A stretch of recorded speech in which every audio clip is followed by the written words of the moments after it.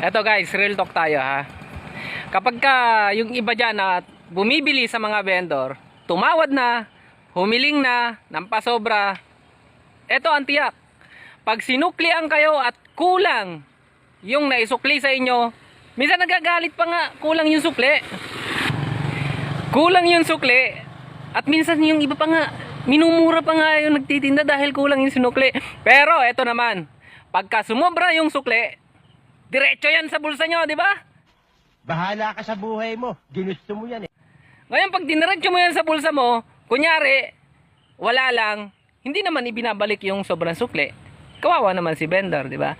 Pero pag nagkulang, mark my word, marami dyan.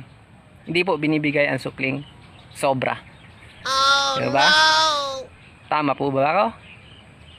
Sorry naman kung may tinamaan, pero yan po yung totoo. Hindi totoo yan. Bola lang yan. Ayan mga suki, no? Dito ang ako, nag-aabang, nagtitinda ng rambutan, ayan. Titinda ako ng rambutan, guys. Guys, halina kayo dito. Hindi ako nagtitinda, nakatayo lang ako dito, grabe. Puro tanong, walang bili. Ayan guys, may mga paparating, bibili yan. Rambutan. Buy one, thank you po. Buy one, thank you. Rambutan po. Buy one, thank you. Magtanong lang. Masaya na. Kahit hindi bumibili. Kaya ang ganda na na. Ayan. Masaya na ako. Kuya, di ba papuntang mabuhay ito? Oo. Salamat. Pero lahat ng tao papuntang patay. Hindi buhay. Basta na bumibili. Yan. Masaya na ako. Nagtanong na. Grabe. Nakatayo lang ako dito, hindi ako nagtitinda, nakatayo lang, Kahit magtanong lang, masaya na. Bili na po kayo, wala pang biling bigas. Rambutan lang, rambutan. Yan. Grabe na to. Ano bang buhay to? Wala bumibili. Ito guys, i-share ko lang Titinda ako ng rambutan.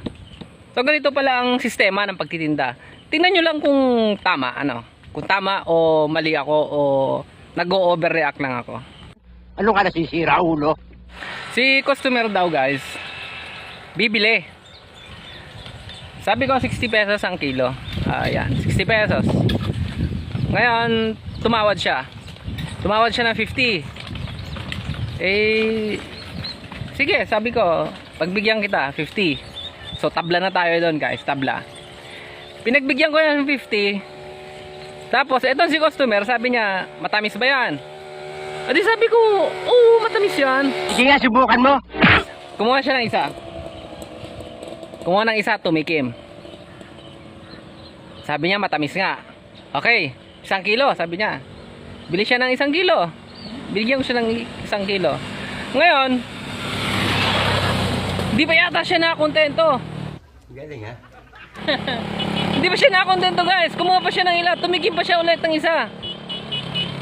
Ayan na. Adi yung tawad niya na 50. Tumikim, 2 na. Ngayon dun sa pagtimbang, sumobra ng 3 piso. Tapos sabi niya, tawad na rin yung 3 piso. Diyos ko po, Rudy. Muntik-muntik ko na hindi bigyan siya. Pabigat kayo. Pabigat. Tingnan nyo kung tama yung premise ko. Kami mga vendor, kami mga vendor, ganyan ang ginagawa ninyo sa amin. Tumatawad na kayo, tumitikim na kayo, pag may sumobra pa sa kilo, tatawarin nyo ulit. Double murder guys, di ba? Nangyayari nga sa akin yun. Nararamdaman mo eh. Yan, tingnan nyo kung tama. Sa aming mga vendor, kaya nyong gawin yan. Tumawad na, tumikim na, pag may sumobra, tatawarin ulit. Pero pag sa malaking mga negosyante, kaya nyo ba yan? Ha? Di ba hindi nyo kayang gawin yan? Oh, no! So, nasaan ang hustisya? Hustisya. Nasaan ang hustisya? Di ba guys? Ganun ang buhay. Kami mga maliliit, kami mga vendor, lagi kaming dehado. Ang ipinagtataka ko lang, di ba? Kapag pumupunta kayo sa department store para bumili, hindi man kayo umaangal, hindi man kayo tumatawad, di ba? Pero pagdating sa vendor, todo tawad kayo, ha? Todo tawad. Na ang alam ninyo, ang pagkakaalam ninyo, ang mga tinitindi namin ay walang puhunan. Oh, no! Di ba? Kami naman kasi namumuhunan. Ayan, nilalapatan namin ng puhunan yan. Ngayon kung sagad-sagadin nyo naman kami, maawa naman kayo sa amin. Sabihin nyo, wag ka na magtinda kung ayaw mo na.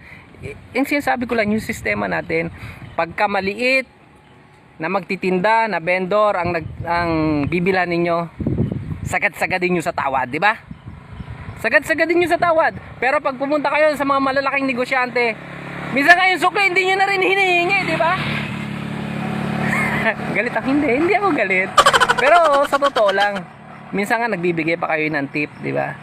Pero sa vendor, naranasan nyo na ba nagbigay ng tip? O kaya, hindi nyo ba tinatawad yung sumusobra? Pero pagka ang sukli sa inyo, sobra, hindi kayo nagagalit, tinatago ninyo. Tama ba ako? O, comment mo dyan kung tama ako. Comment mo din yan kung mali ako.